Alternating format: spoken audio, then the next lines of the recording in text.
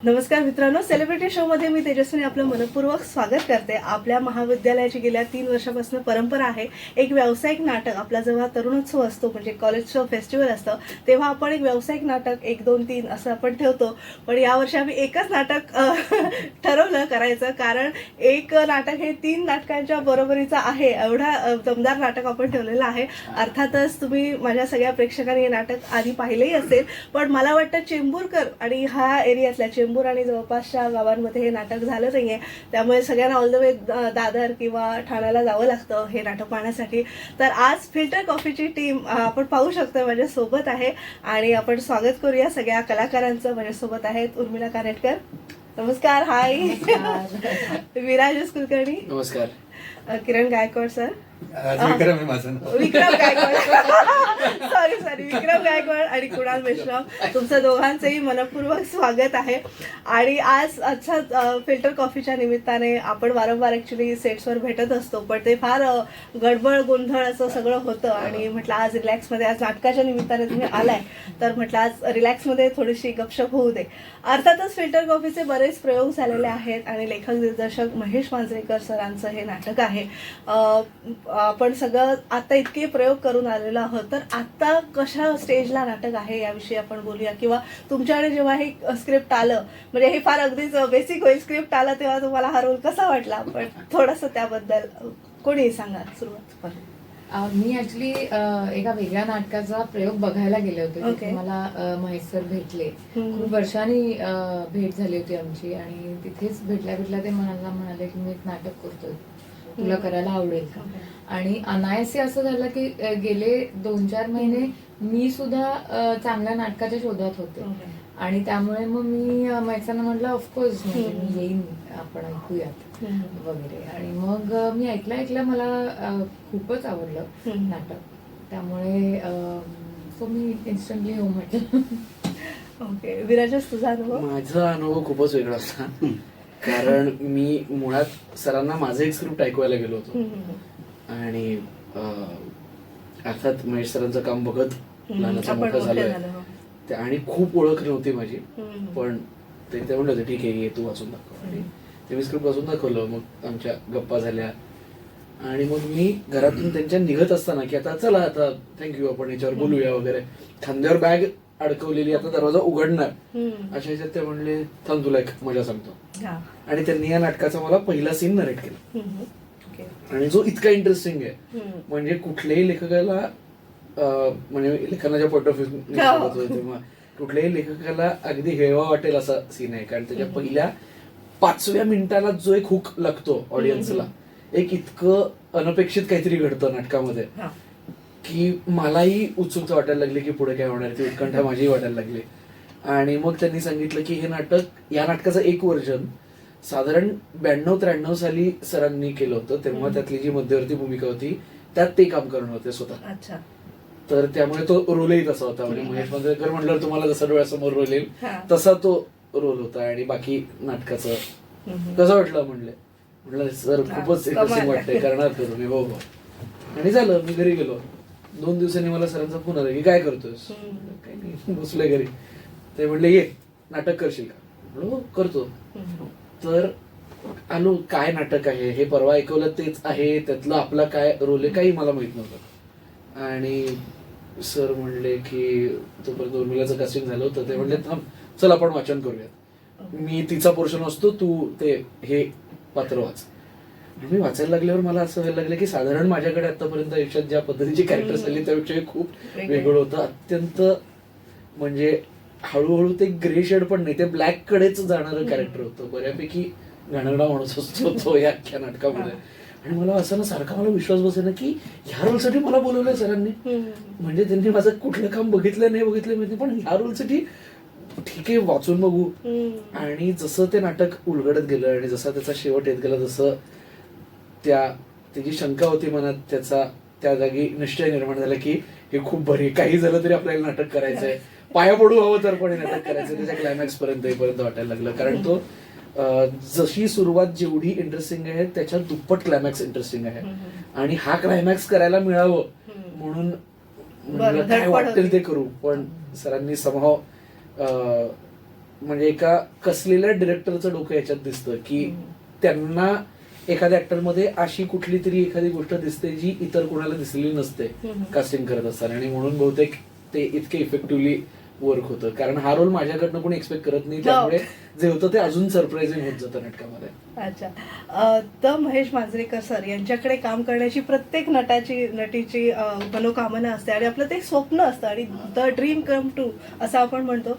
तुम्ही तर बरेच वर्ष इंडस्ट्रीमध्ये आहात, रादर सिनियर आहात सगळ्यांमध्ये, तर तुमचा कसा अनुभव महेश सरांसोबत काम करताना किंवा दिग्दर्शनाचे धडे घेताना? फॅन्टास्टिक. खूपच छान, खरंच सांगायचं तर. म्हणजे मला सगळ्यात आवडती गोष्ट मी प्रत्येक वेळेस सांगतो महेश सरांबद्दल की ते खूप छान ऍक्टर आहेत ना, त्यामुळे त्यांच्या दिग्दर्शनाखाली काम करायला कलाकार म्हणून सगळ्यांना सोपं जातं.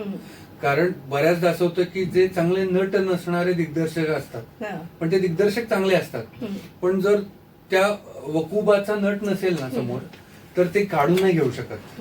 ते कितीही मोठा डिरेक्टर असू दे, तो ढ नटाकडून काम काढून नाही घेऊ शकत. ते महेश सरांच्या बाबतीत नाही होत. मग त्यातही काही अपवाद असतातच, पण बऱ्याच अंशी सर यशस्वी होतात नटांकडून काम काढून घेण्यासाठी, आणि ते फार मला आवडतं. कुणाल, तुझा अनुभव म्हणजे कसं आहे, काय हास्य जत्रेतनं आपण तुला पाहतो, पण एवढं सरांकडे बघितलं की एक दरारा, भीती, असं थोडंसं दडपण, थोडंसं नाही मी म्हणणार, बरंचसं दडपण आणि एक हुरहुर. जे माझ्या बाबतीत त्याला खतरनाक किस्से आहेत. म्हणजे मी एक्सेप्ट नाही करू शकलो होतो की बा एवढं मोठ्या माणसासोबत काम करेन. म्हणजे लहानपणी वास्तव पाहिलं होतं, ते आज वास्तवमध्ये काम करू राहिलो, त्यांच्यासोबत काम करू राहिलो, ही फार चांगली गोष्ट आहे माझ्यासाठी ना. ते कॅरेक्टर जेव्हा मी ना वाचलो, सरांना वाचायला दिला, मी पहिले वाचून घेतलो प्लेन याच्यात, आणि मग नंतर सरांना बोललो सर थोडंसं विदर्भाच्या भाषेत वाचून दाखवू शकतो. तर ते बोलले की बा वाचून दाखव. चांगलं वाटलं ठेवू ना. मग वाचून दाखवलं जसं हा म्हणा हे ह्या स्लो मध्ये वाचून. मग तेव्हापासून मग ते अजून मग त्याच्यावर परत वर्कआउट करत गेलो की कुठं कुठं काय काय ऍडिशन घेता येतील, काय काय नाही. पण सरांच्या समोर काय ऍडिशन घेता नाही. ते कधी कधी होते.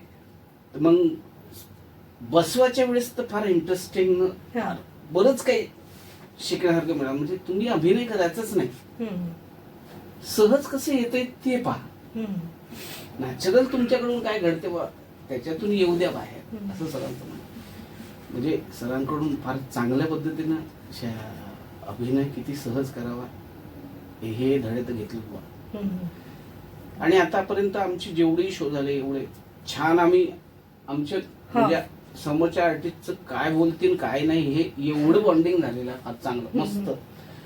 आणि कुठलाच शो असा स्लो झाला नाही किंवा डाऊन झाला नाही, सगळे मस्त धमाल झाले, सगळं चिकचर झालेले आहेत शो धमाल.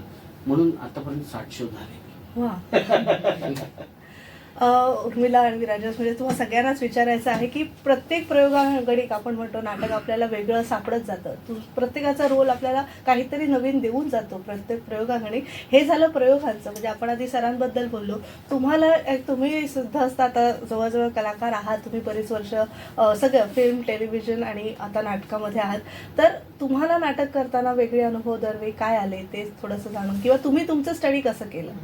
कारण आता पहिली गोष्ट म्हणजे हे माझं पहिलं व्यावसायिक नाटक आहे आणि त्यामुळे इतके 60 शोज वगैरे मी नाटकाचे आधी केलेले नाही. एक माझा विशेष अनुभव जो मला ह्या नाटकाच्या दरम्यान जाणवला तो म्हणजे प्रेक्षकांना सुद्धा हे कायम वाटत राहतं की कसं पाठांतर कसं करतात ना, कसं तुम्हाला लक्षात राहतं ना वगैरे, हे सगळं हे प्रत्येक मला हेच वाटायचं की कसं करतात पाठ.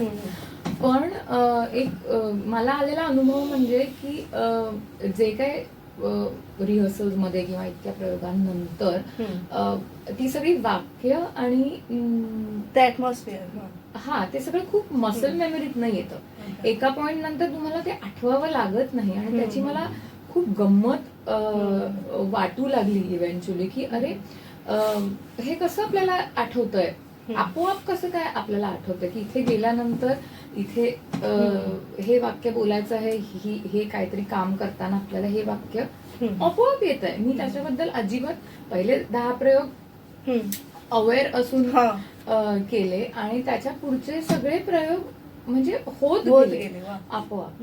सो ह्याचं मला खूप मजा वाटली. आपल्या एक it's a very good mental exercise for every actor is what I felt.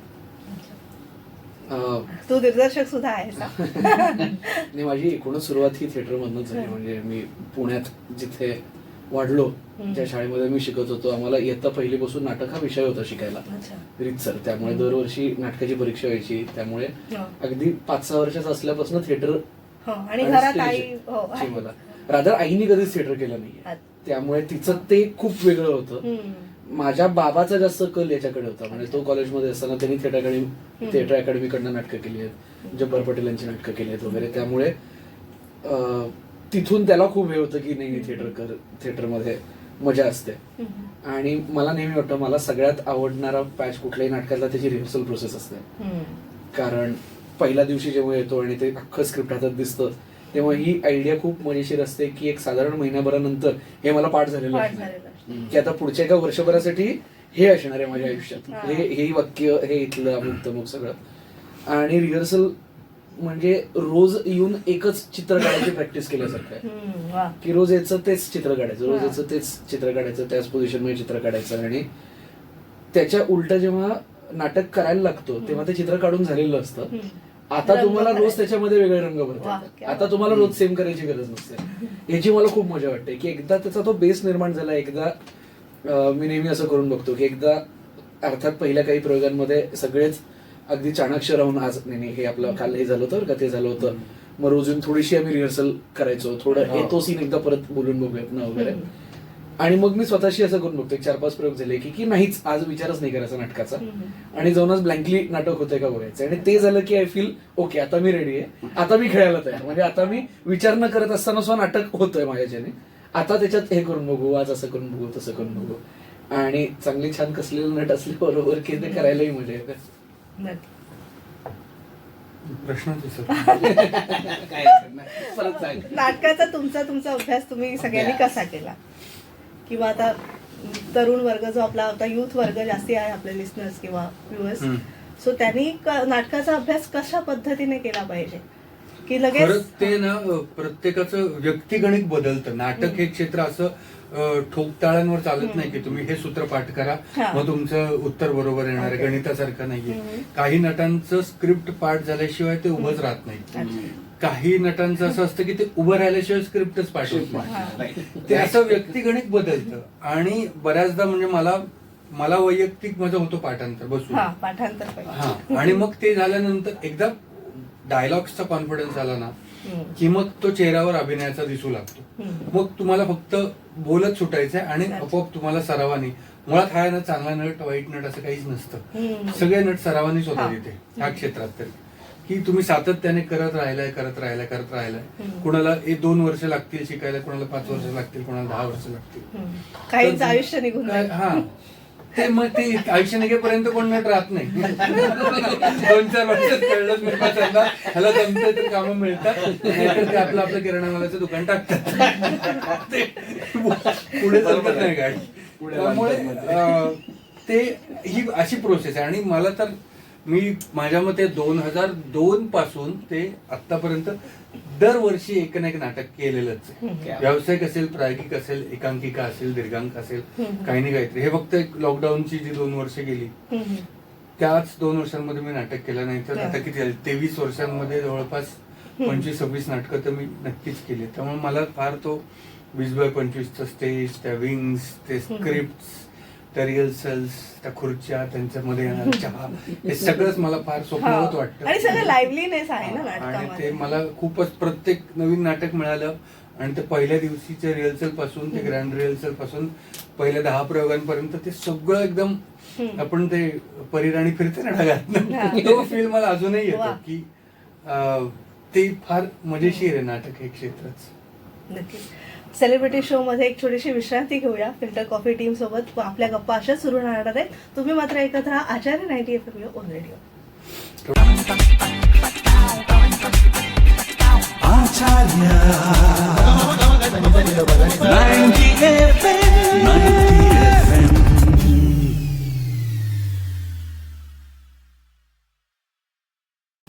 विश्रांतीनंतर तुम्हा सगळ्यांचं पुन्हा एकदा स्वागत. तुम्ही ऐकत आहात आचार्य 90 FM ऑन रेडिओ आणि आज आपण सेलिब्रिटी शो मध्ये फिल्टर कॉफीच्या टीमला भेटत आहोत. तुम्हा सगळ्यांचं पुन्हा एकदा ब्रेक नंतर स्वागत आहे. थँक्यू. सगळ्यांना अशी धुकधुक म्हणजे फिल्टर कॉफी आता हे नाटक पाहिल्यानंतर मला डॅम शुअर की आपल्या हातात जेव्हा फिल्टर कॉफीचा मग येईल तेव्हा 10 वेळा विचार करतील की घ्यायचा की नाही. सस्पेन्स रिव्हील करत नाहीये पण तरी सुद्धा हे एक सस्पेन्स थ्रिलर आहे. तर आता सध्या ट्रेंड आलाय सगळ्या सस्पेन्स थ्रिलर नाटकांचा. तर त्याच्यामध्ये फिल्टर कॉफीने आपलं वेगळेपण ठेवलेलं आहे, निर्माण केलेलं आहे आणि प्रेक्षकांच्या घरात तुमच्यासारखे कसदार नट आहेत त्यामुळे ते एक वेगळं स्थान निर्माण झालेलं आहे. म्हणजे उर्मिलाही आवडते आणि विराजसही आवडतो. तर तुम्ही नाटकाचं वेगळेपण आणि आता पुणेकरांसाठी प्रयोग वेगळा, मुंबईकरांसाठी वेगळा, ते कसं त्याचं नाविन्य जपलेलं आहे? नाही फ्रँकली ओके. काय म्हणतात Audience, Location हा. बघून आम्ही नाही, हा. नाही प्रयोग. नेपाळ्यांसाठी केलं तरी सेमच करतो.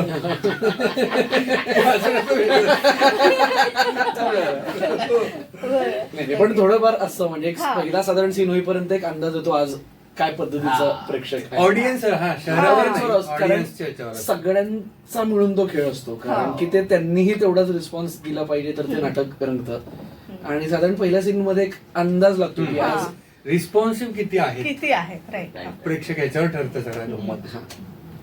आणि आहेच म्हणजे ती मजाच आहे. आणि या नाटकाची मजा अशी आहे की अल्फ्रेड हिचकॉकचं वाक्य आहे की एक कपल छान टेबलवर बसून जेवतोय आणि अचानक त्यांच्या टेबलाखाली बॉम्ब ब्लास्ट झाला तर एका सेकंदासाठी सगळं थिएटर हादरतं. पण जर ते कपल तिथं बसलं असताना तुम्ही जर 15 मिनिटं आधी सांगितलं तर यांच्या टेबलाखाली बॉम्ब आहे बरं का, तर तुम्हाला 10 मिनिटं सस्पेन्स ठेवता येतो. तसं हे नाटक आहे की या नाटकाच्या पहिल्याच सीन मधल्या पहिल्या 10 मिनिटात तुम्हाला ट्विस्ट काय ते आपण लोकांना सांगतो. आणि उरलेलं अख्खं नाटक ऑडियन्स ह्या टेन्शन मध्ये असतं की आता आम्हाला माहितीये काय होतंय, कॅरेक्टर्सला माहित नाही काय होतंय आणि आता ह्याचा शेवट कसा होणार आहे. त्यामुळे खूप वेगळं नाटक आहे. मी तर मध्ये बसून सांगितलं तरी उत्कंठ असते की हा आहे कोण आहे ते कळत नाही नेमकं शेवटपर्यंत. नाही नाही वेगळे पण नाटकाचं वेगळे पण काय आहे. इतर सगळे आताचे व्यावसायिक रंगभूमीवर नाटकं चालू आहेत सस्पेन्स थ्रिलर, त्याच्यामध्ये हे वेगळं पण कसं टिकवलंय? हे जे यांनी सांगितलं की हुक तुम्हाला आधीच समजलेलं की गोष्ट कुठून जाणार आहे, कुठून जाणार निघाली आहे हे माहितीये, कुठे पोहोचणार हे तुम्हाला माहिती नाही. ते ज्या पद्धतीने त्याची मांडणी केली आहे ती फार इंटरेस्टिंग आहे.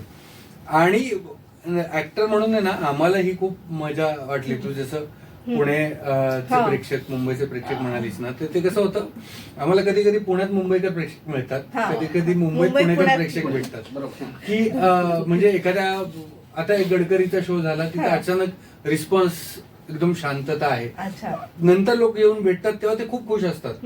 पण चालू प्रयोगात त्यांना थंडी वाजत होती, अजून काय होतं ते कळत नाही, खूप शांतता असते. आपल्याला असं दागदुख राहते की यांना आवडले नाटक की नाही आवडलंय कळत नाही. नंतर ते आत येऊन भेटतात, त्यांना आवडलेलं असतं वगैरे ते वेगळं. पण ते प्रत्येक शहरात वेगळ्या शहराचे प्रेक्षक भेटतात आपल्याला. आणि वेगळे पण म्हणशील तर हा म्हणाला त्याचप्रमाणे कारण ऑडियन्सला माहिती असतं आणि पात्रांना माहिती नसतं. त्यानंतर ऑडियन्स पात्रांपेक्षा एक स्टेप वरचढ असतं. त्यामुळे जेव्हा त्या पात्रांना कळतं ना तेव्हा ऑडियन्सला एक वेगळा विशेष आनंद मिळतो. ती एक मजा प्रेक्षकांना खूप येते. नाही पण काही ठिकाणी काय झालं माहितीये काय की नाही याला मारण्यामध्ये याचा हात होता की याला मारण्यामध्ये त्याचा हात होता. सगळं सांगायला नको ना. आणि पहिलं तर इंटेन्शन ठेवून येतात की हिचा होता असं होतं ते, म्हणून याला कुठं नेत नाही.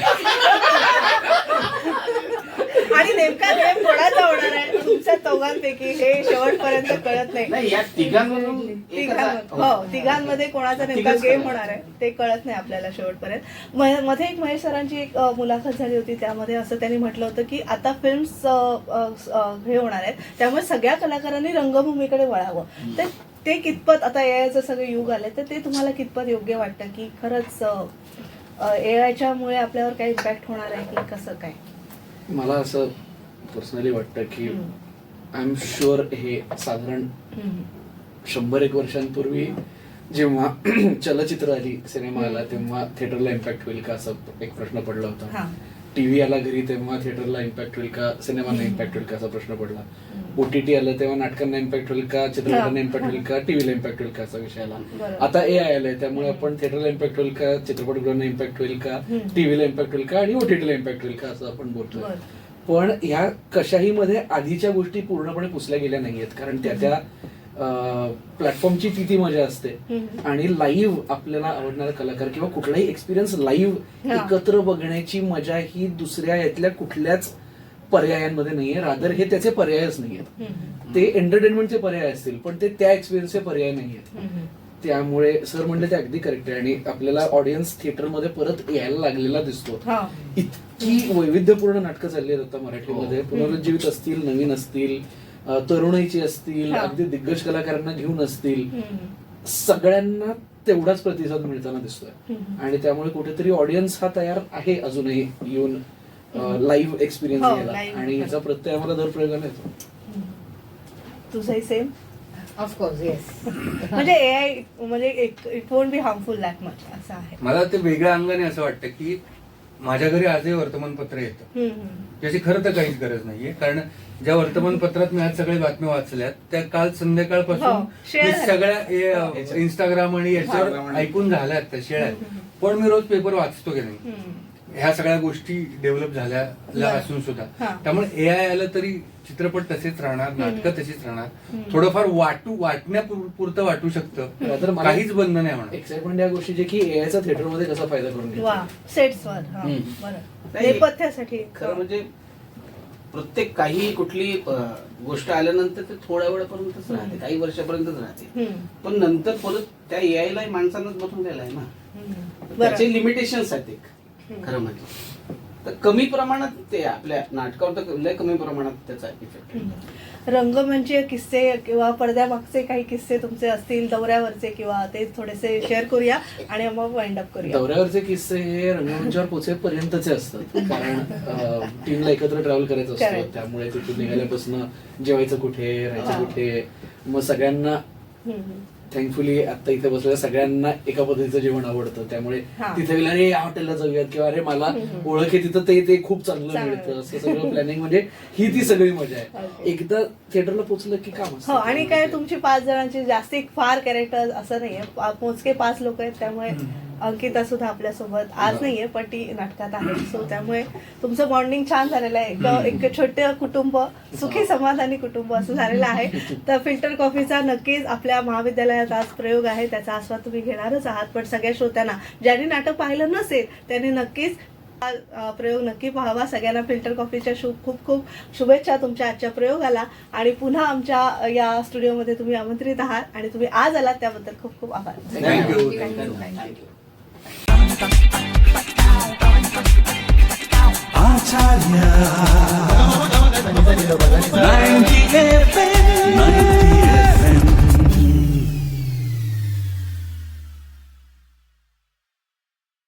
विश्रांतीनंतर तुम्हा सगळ्यांचं पुन्हा एकदा स्वागत. तुम्ही ऐकत आहात आचार्य 90 FM युअर ओन रेडिओ. आणि आज आपण कलाकारांशी तर बोललोच फिल्टर कॉफीच्या, पण आता रितेश प्रोडक्शनचे जे निर्माते आहेत दिलीप जगताप सर माझ्यासोबत आहेत.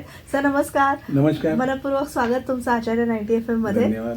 आणि आपल्याकडे अद्वैत आणि अश्वमी थिएटर्स हे सुद्धा सहनिर्माते आहेत. आणि या निर्मात्यांच्या सध्याच्या काय समस्या आहेत, कुठलंही व्यावसायिक नाटक बसवताना आपल्याला फार व्यावसायिक गणितं फार बघावी लागतात. पण महेश मांजरेकर सरांचं हे नाटक आहे त्यामुळे गल्लाभरून नाटक असणार याची खात्री आहे मला. पण तरी सुद्धा हे नाटक करताना तुमचा अनुभव कसा होता त्याविषयी जाणून घ्यायला आवडेल. मुळात या नाटकाची स्क्रिप्ट माझ्याकडे आल्यानंतर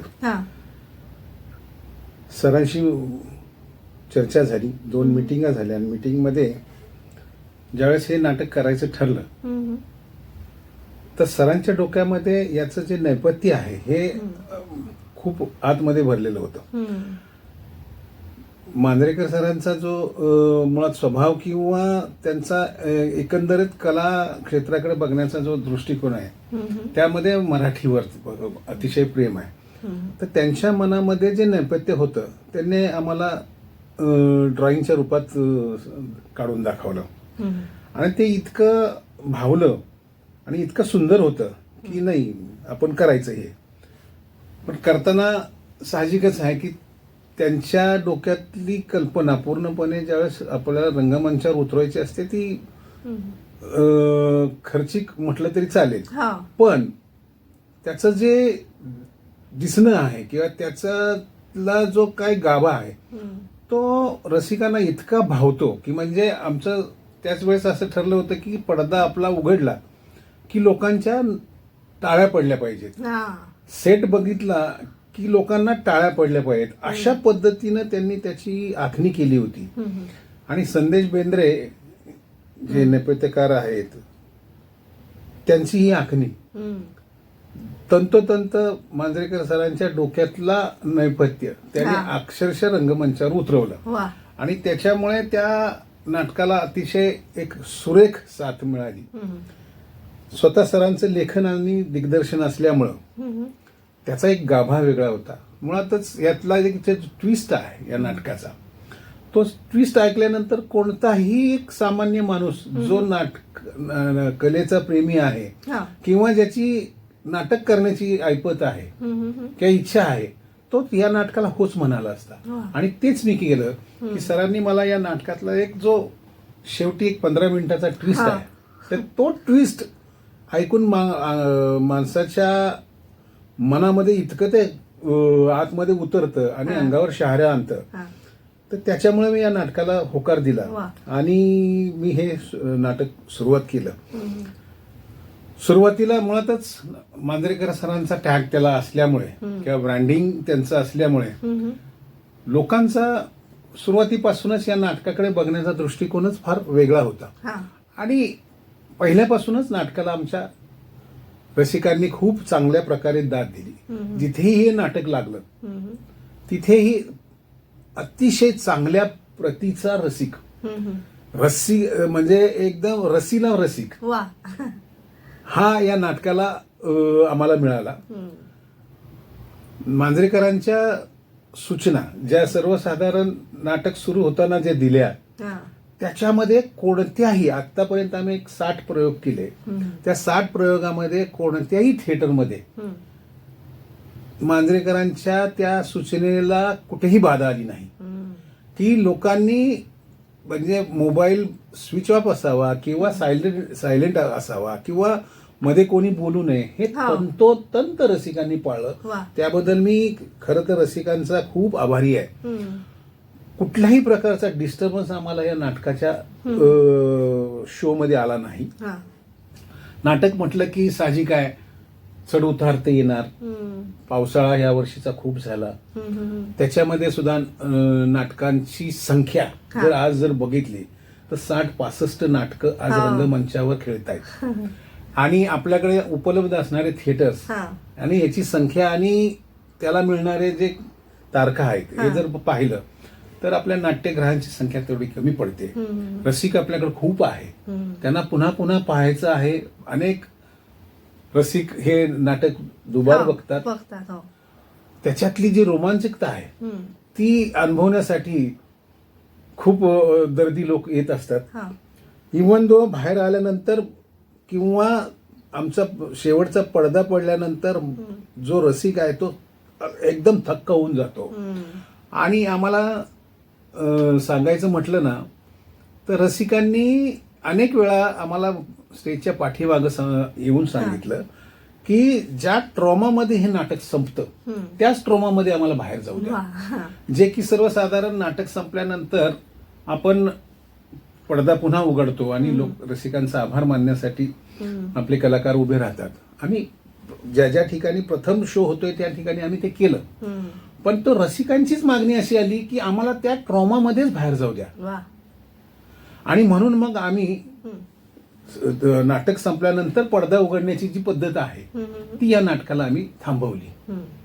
परंतु ज्या ज्या ठिकाणी प्रथम नाटक होतं हे त्या त्या ठिकाणी आम्ही रसिकांचा आभार मानण्यासाठी आम्ही ते पडदा उघडतो. अशा पद्धतीनं आहे. राहिला भाग म्हणजे शेवटी व्यवसायाचा. हे नाटक मला छान व्यावसायिक ओळख करून दिलेली आहे. रसिकांनी भरभरून दाद प्रेम देत आहेत, दिले, हो. प्रेम दिलेलं आहे.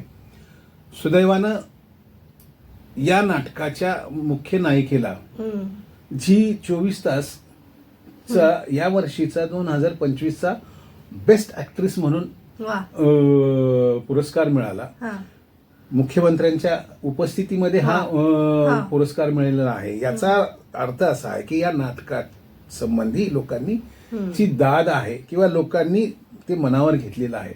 हे नाटक सुंदर आहे.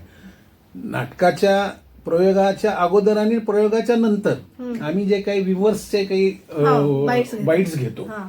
त्याच्यामधल्या जर बाईट्स आपण ऐकल्या तर कोणत्याही रसिकाला किंवा कोणत्याही कलाप्रेमीला असं वाटेल की हे आम्हाला नाटक बघायचं आहे. इतक्या सुंदर अशा ओपिनियन लोकांचा आलेला आहे.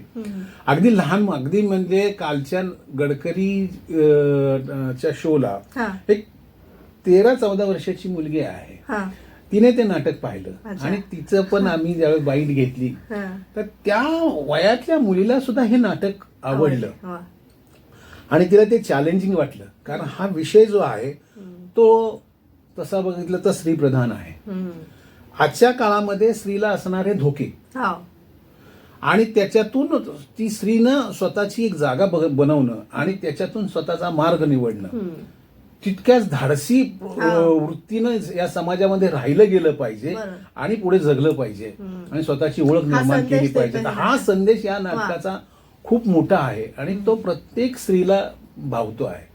आम्हाला आतापर्यंत कुठेही असं प्रतिप्रश्न झाला नाही की याचा शेवट असा का, बरोबर. याचा शेवट असा का, हा. असं आम्हाला कधीही कोणी विचारलं नाही. तर नाटक संपल्या जे टाळ्यांचा गडगडाट होतो तो मला असं वैयक्तिक मला त्या व्यावसायिक मधून जो काही फायदा होईल हा. की नफा व्हायला पाहिजे बरं. त्याच्याही पेक्षा मला तो रसिकांच्या जास्ती आनंद आहे.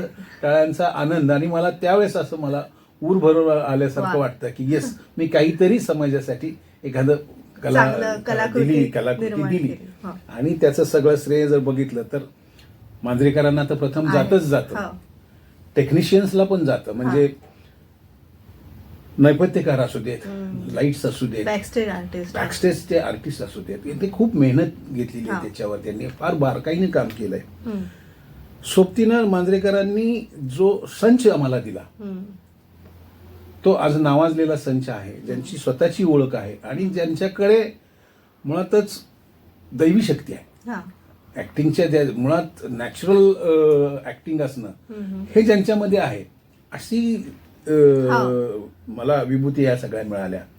उर्मिला कानेटकर आहेत, विराजस कुलकर्णी आहे, माझ्याकडे कुणाल मेश्राम सारखा या सिरियस आणि सस्पेन्स असणाऱ्या नाटकामध्ये सुद्धा रसिकांचं हळूहळू लोकांना थोडस रिलॅक्स करणारच त्याची जी भूमिका आहे त्याच्यामुळे रसिक सुद्धा थोडासा मनमोकळा होतो. हा असा रोल करणारा एक प्रतिभावंत कलावंत त्या ठिकाणी विक्रम गायकवाड, त्याची स्वतःची एक ओळख आहे या क्षेत्रामधली. तर ती ओळख सुद्धा तो जपून आहे आणि त्याच पद्धतीचा तो रोल करतो आहे. तर अशी ही संच, तर तो संच बांधून दिला आणि ह्या संचामधल्या सगळ्या मेंबरनी अतिशय एकमेकांमध्ये खेळीमेळीच्या वातावरणामध्ये हा आमचा शो चालू आहे. त्यामुळे मी खूप याबाबतीत आनंदी आहे. नक्कीच. मला वाटतं पुणा, मुंबई म्हणजे ज्या सिटीज आपण म्हणतो अर्बन सिटीज आहेत त्यामध्ये हे भरपूर प्रयोग होत आहेत. पण मला वाटतं गावाखेड्यामध्ये सुद्धा सगळे कलाकार आपण आहोत आणि प्रत्येक माणूस हा नाट्यप्रेमी असतो आणि त्या तळागाळातल्या माणसांपर्यंत हा नाटकाचा प्रयोग पोचावा यासाठी तुम्ही काही खास पावलं उचलली? आम्ही सर्वसाधारण त्यापर्यंत मी म्हणजे त्यात व्यावसायिक गणित न बांधता नाशिक असो, औरंगाबाद असो, कोकणातल्या म्हणजे अगदी मी गुहागर किंवा रत्नागिरी किंवा चिपळूण, त्याचबरोबर सांगली, कोल्हापूर, सोलापूर अशा सर्व ज्यामध्ये जे ह्या नाटकाला उपलब्ध असणारा थिएटर. थिएटर आहे, हो. तर थिएटर पाहून आम्ही जिथे जायला पाहिजे तिथे आम्ही पोहोचलेलो आहे. मग व्यावसायिक गणित आम्ही प्लस मायनस न पाहता तिथपर्यंत पोहोचलोय. लोकांना त्या ठिकाणी पण गेलोय आणि त्या ठिकाणच्या सुद्धा व्ह्युअर्सचे जर आपल्याला जर ओपिनियन बघायचं असेल तर आमचा जो इन्स्टा आहे हा. त्याच्यावर आपण आहे. पाहू ते शकतो. इतक्या सुंदरतेनं लोकांनी आम्हाला रिस्पॉन्स केलेला हा. आहे. तर त्या पद्धतीने आम्ही आजही आम्ही मराठवाड्यात जायला तयार आहोत, आम्ही विदर्भात जायला तयार आहोत. हो. थोडस आम्ही आता विदर्भात चाललो होतो. ट्रान्सपोर्टचा अगदी. थोडा हे होता. पण काय आता सध्या आम्हाला नागपूरमधल्या थिएटर्स एकच उपलब्ध असल्यामुळं आणि तिथं जानेवारी पर्यंत तिथं तारखा मिळत नाहीयेत. तर त्याच्यामुळे तिथले शो आमचे राहिलेत. अच्छा. मात्र आम्ही मार्च मध्ये करणार. नागपूरला, अकोला, अमरावती हा. अशा सुद्धा भागामध्ये हा. जाऊन लोकांना आमची कलाकृती दाखवण्याचा एक मानस आहे. हम्म. बस एवढंच आहे की थोडस व्यावसायिककडे गणित पाहून हा. याची पाऊलं उचलली जातील. नक्की. मात्र महाराष्ट्राच्या कानाकोपऱ्यामध्ये पोचावं, दर्जेदार नाटक आहे. लोकांना म्हणजे खरंच मांजरेकरांचं कौतुक ह्याच्या बाबतीत करायला पाहिजे की ते इतकं दर्जेदार त्यांनी दिलंय की खुर्चीला 2-2.5 तासाचं नाटक हे खुर्चीला अगदी खिळवून ठेवतं. मी कालच पुष्कळ वेळा मी काय करतो की नाटकाच्या त्या ठिकाणी उपलब्ध असल्यानंतर प्रेक्षकांच्या मध्ये कुठेतरी एखादी खुर्ची असेल किंवा मग शेवटी मी नाटकाला बसतो आणि माझा प्रेक्षक ते समोर पाहत असताना त्याचं जो मान आहे किंवा डोकं आहे पाठीमागून कुठे वळतंय का, कुठे बॅलन्स सोडतंय का, हे मी पाहत असतो. तर इतक्या एकाग्रपणे आमचा प्रेक्षक नाटक बघत असतो की मला त्याचं कौतुक वाटतं की माझं नाटक तिथपर्यंत पोहोचलं. म्हणजे इतकं की त्यांचं डोकं सुद्धा इकडे तिकडे हलत नाही. तेच खरं ह्या नाटकाचा यश आहे. यशाचं गमक आहे. यशाचं गमक आहे. नक्कीच सर, तुम्ही इतकं छान नाटक आमच्या प्रेक्षकांसाठी निर्माते म्हणून उभे आहात त्याबद्दल तुमचे मनपूर्वक आभार. अशीच अनेक नाटकांची निर्मिती तुमच्या संस्थेतर्फे व्हावी यासाठी तुम्हाला शुभेच्छा. आणि आज तुम्ही आचार्य 90 FM मध्ये आलात त्याबद्दल धन्यवाद. खूप धन्यवाद. थँक्यू.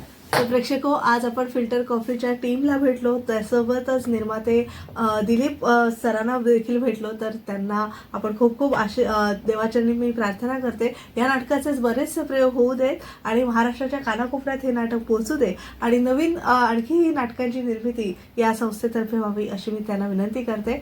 आणि आमचा हा सेलिब्रिटी शो फिल्टर कॉफीचा विशेष भाग तुम्हाला नक्कीच आवडला असेल अशी आशा व्यक्त करते. आणि मी तेजस्विनी आपला निरोप घेते. तुम्ही मात्र ऐकत राहा आचार्य 90 FM ओनली. धन्यवाद. थँक्यू. आचार्य